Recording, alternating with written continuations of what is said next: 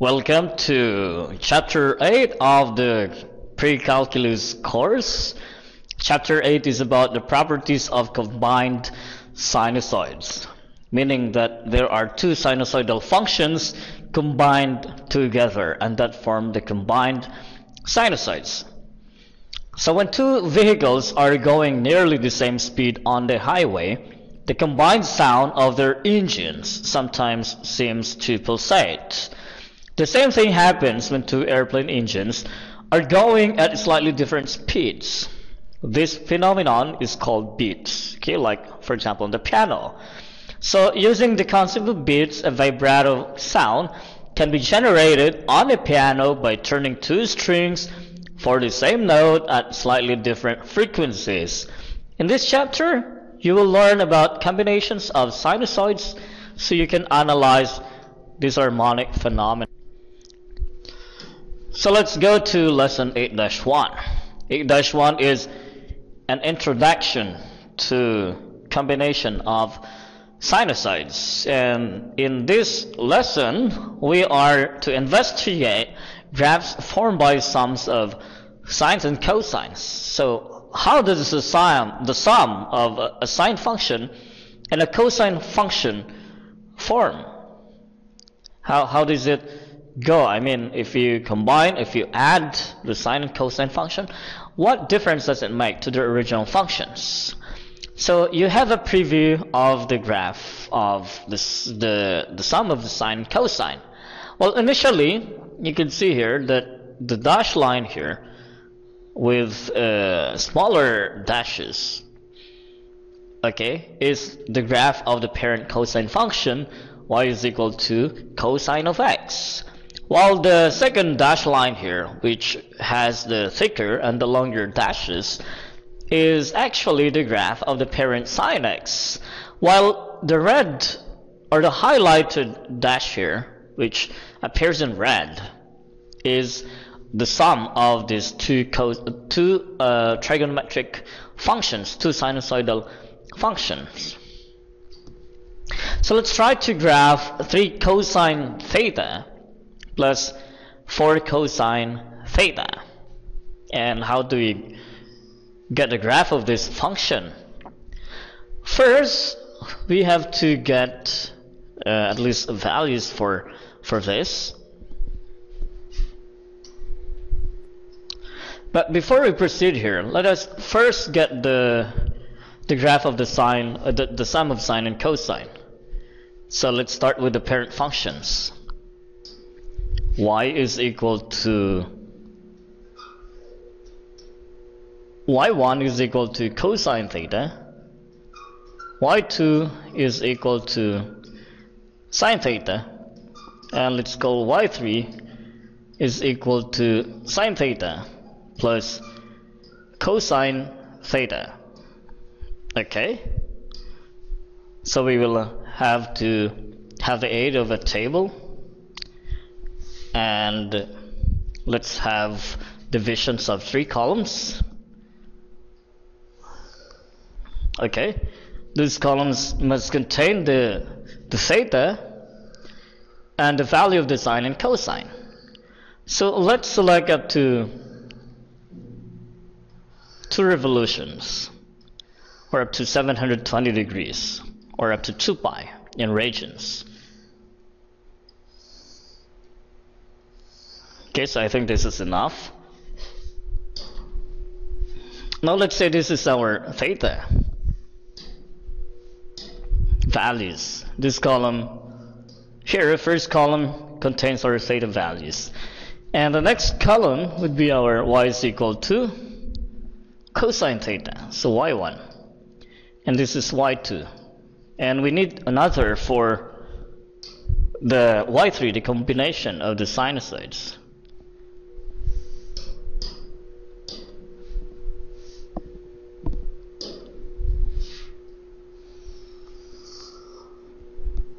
Okay, we just need the horizontal lines to divide the column. Okay, so we are completing these strips, the cells. that contain the values of the parent cosine function, the sine function, and the combined sinusoids. So this is y3. Okay, let's start theta as 0, and then 90, and then 180, and then 270, 360. For 360 we will have 450, 540, 630, and 720 degrees to complete the second set of revolution. Okay. What is cosine of 0? That's 1, 0, negative 1, 0, 1, 0, negative 1, 0, 1. For y2, or the sine theta, it would start with 0, 1, 0, negative 1, and then 360, we have 0, 1, 0, negative 1, 0. So when we add this 2, we will get 1 plus 0 is 1, and then we will have 1, negative 1, negative 1, 1, 1, negative 1, negative 1, 1. So all are 1. Okay? So we can see that if we add y1 and y2 together, now they form, for the parent functions, they form the sums of 1 and negative 1. So this time we are going to insert the specific angles, such as 30 degrees and 45 degrees. So that means that we have to insert another column here. This is for theta, y1, y2, and y3. Okay, let's insert the values of theta, which are in between these intervals, 0, 90, 180, etc. Okay? So let's start with theta. And this is y2. y1, that's y1. This is y2, and this would be y3. So we'll start theta as, or we'll actually insert, okay, as 30 degrees, 45, 60, so after 60 we have 90, after 90 we have 120, 135, 150, okay, then after 150 we will have 180, and then after 180 we have 210, 225, and 240 degrees. Okay, so let's try to look for the values here. y1 in this case is sine or cosine of 30, that would be square root of 3 over 2, and y2 is 1/2, so that would be square root of 3 plus 1 over 2, or in calculator form that would be 30 sine plus 30 cosine equals, that would be 1.367.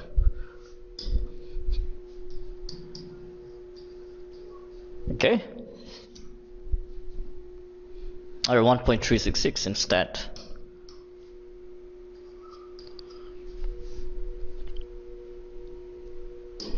When it's 45, we have square root of 2 over 2. And the same is true with cosine or sine of 45, square root of 2 over 2. So we have 2 square root of 2 over 2, or that's square root of 2. And what is square root of 2? So 2 square root is 1.414. Okay, these are approximations. For cosine 60 is 1/2 square root of 3 over 2, and this one will be the same. So we have 1.366, and 120, for 120 that would be 120 sine or cosine plus 120 sine is equal to 0.366. Okay, why? Because our cosine is negative and our sine is positive. So we will have negative square root of 3 over 2, and then 1/2. That will give us a value which is 0.3. Is it that one?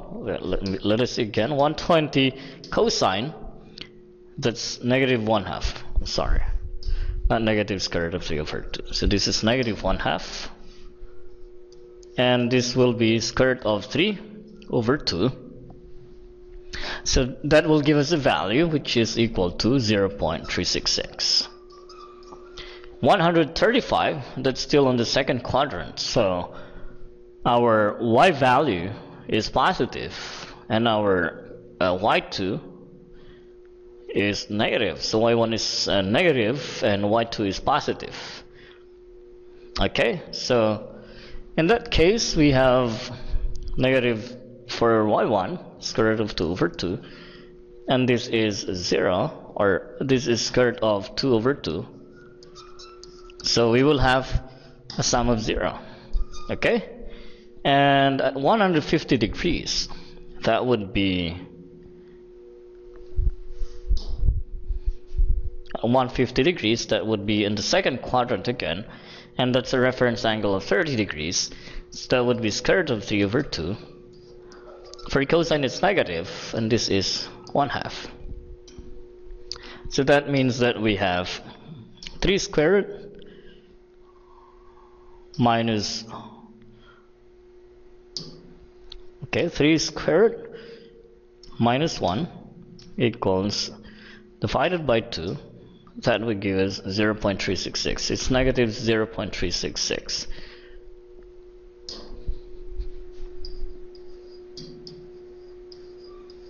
Okay, so 210, that would be on the third quadrant.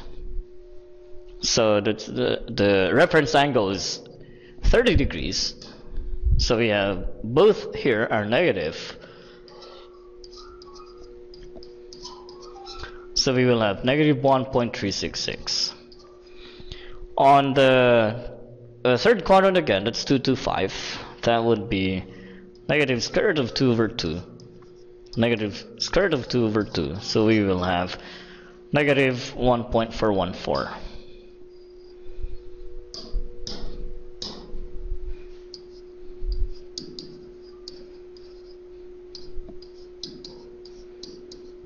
And 240, that would be a reference angle of 60. So 60 we have negative 1.366. Okay?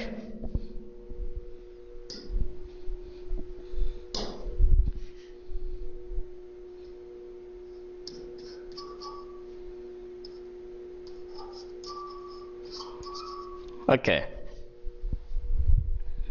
So we are missing the other quadrant, the last quadrant. So let's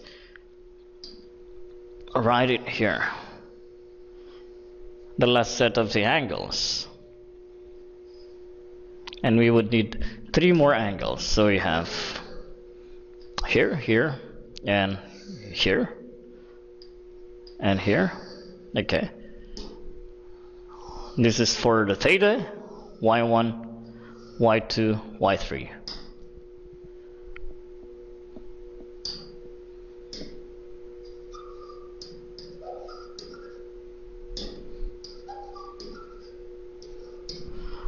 Okay, so if our theta is, we're done with 240, so let's go to 300 instead, because 270 degrees plus 30, that would be 300, and 315, and 330 degrees. Okay, so 300, that would be 60 degrees, reference angle of 60 degrees from the horizontal. So this would have 60 here. So y1 is positive this time because it's on the fourth quadrant, so 1/2, and our sign would be negative because it's on the first quadrant. So we will have a value which is negative 0.366. Okay,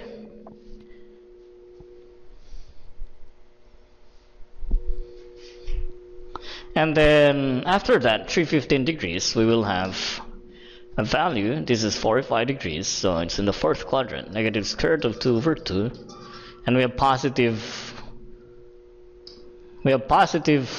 x and negative y, so this is square root of 2 over 2, this is negative square root of 2 over 2, so we will have a sum of 0. And for 330 degrees, that would give us, we will have a reference angle of 30, so that's square root of 3 over 2, and negative 1/2. This will give us positive 0.366.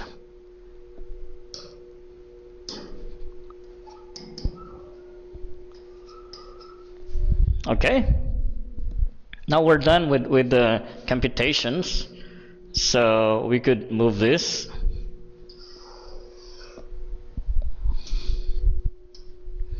So I have sketched the graphs of these parent functions and also the sum of these parent functions. So our y3, which is equal to sine theta or cosine theta plus sine theta, is in green. And take note that we have the highest point here at 1.414. And as you can see, it goes, so this is for one revolution, it goes from 1 to 1.366 and then going here. Okay, so it goes like this.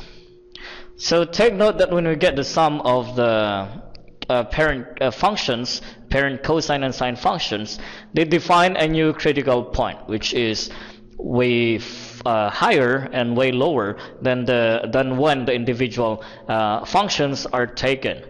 So you could continue this up to 720 degrees and just draw another replica of this cycle, and that will be the one for 360 degrees up to 720 degrees. So this is introducing the sum of two functions, especially sine and cosine. So this is what we call combined sinusoids. Okay.